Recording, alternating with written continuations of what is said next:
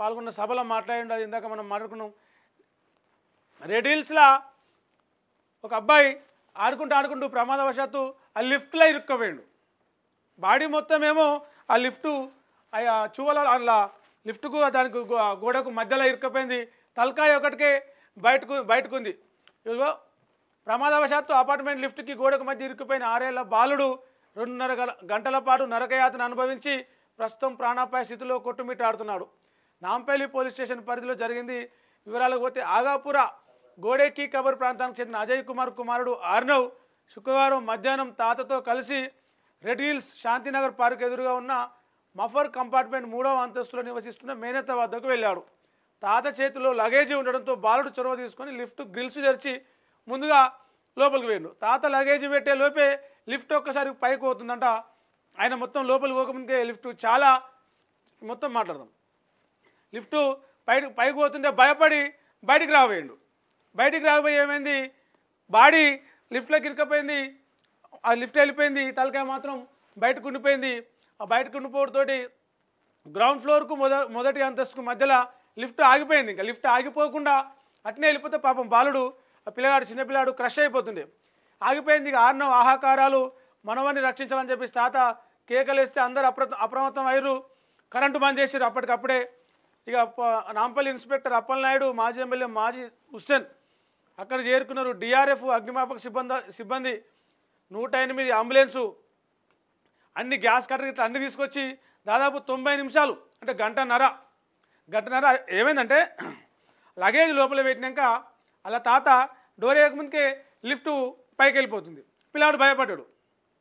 మా తాత వస్తలేడు, లిఫ్ట్ వెళ్ళిపోతుంది, ఎక్కడ పోతున్నాయేమో అని చెప్పేసి చిన్న బాలుడు భయపడ్డాడు.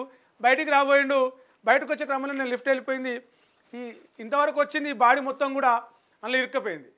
అప్పటికి లిఫ్ట్ ఆగిపోయింది కాబట్టి ఇక పిల్లాడు క్రష్ కాలే. అట్నే ఫోర్స్గా వెళ్ళిపోయి ఉంటే నలిగిపోయేవాడు. ఆ లిఫ్ట్ గోడకి లిఫ్ట్కి మధ్యలో పిల్లగాడు ఇరుక్కుపోయి నలిగిపోయేటాడు. ఆ ముసలాయన కేకలేసుడు, పిల్లగాడి అరుపులిని చుట్టుపక్కల దప్పును వచ్చి వెంటనే కరెంటు బంద్ చేసిరు.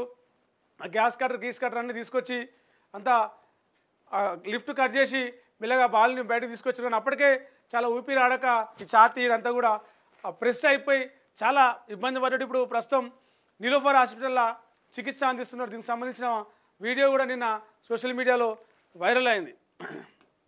పాపం ఆ బాలుడి పరిస్థితి చాలా అంటే చెప్పలేం, కొంత విషమంగానే ఉన్నది. త్వరగా కోలుకోవాలి. 2 రోజులు లేట్ అయినా సరే మంచి చికిత్స అందాలి, కోలుకొని బయటికి రావాలని కోరుకుందాం. అయితే ఇప్పటికైనా మీరు కూడా అందరూ కూడా ఒక విషయం గుర్తుపెట్టుకోవాలి. పిల్లలతో పాటు లిఫ్ట్ ఎక్కేటప్పుడు, లిఫ్ట్ దిగేటప్పుడు, ఆ ఎలివేటర్ లాంటి మీద వెళ్ళేటప్పుడు కూడా పిల్లలు చేయి పట్టుకోండి, జాగ్రత్తగా ఉండండి.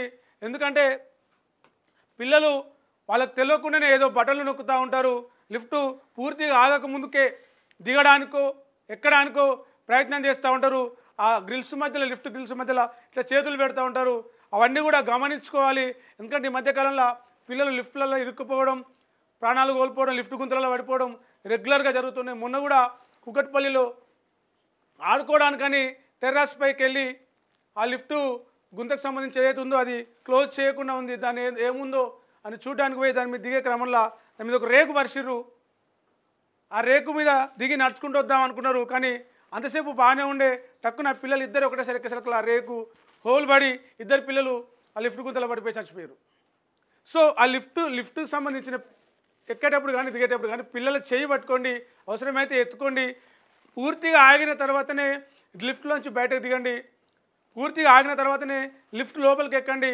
కదులుతున్న లిఫ్టు ఎట్టి పరిస్థితుల్లో కూడా ఇది చేయదు. ఒకవేళ మధ్యలో మీరు వెళ్తున్నప్పుడు కనుక లిఫ్ట్ అట్లా ఆగిపోతే అలారం బెల్లు నొక్కండి. కానీ కంగారు పడి అన్ని బటన్లు నొక్కొద్దు, అరవద్దు, కిందికి మీదకి దుంకేలాంటివి చేయొద్దు. ఎందుకంటే చాలా ప్రమాదం. ఒక్కసారిగా స్ప్రింగ్ యాక్షన్ తోటి పనిచేస్తుంది కాబట్టి ఒక్కసారిగా కిందికి వెళ్ళినా మీదికి వెళ్ళినా ప్రమాదం జరుగుతుంది.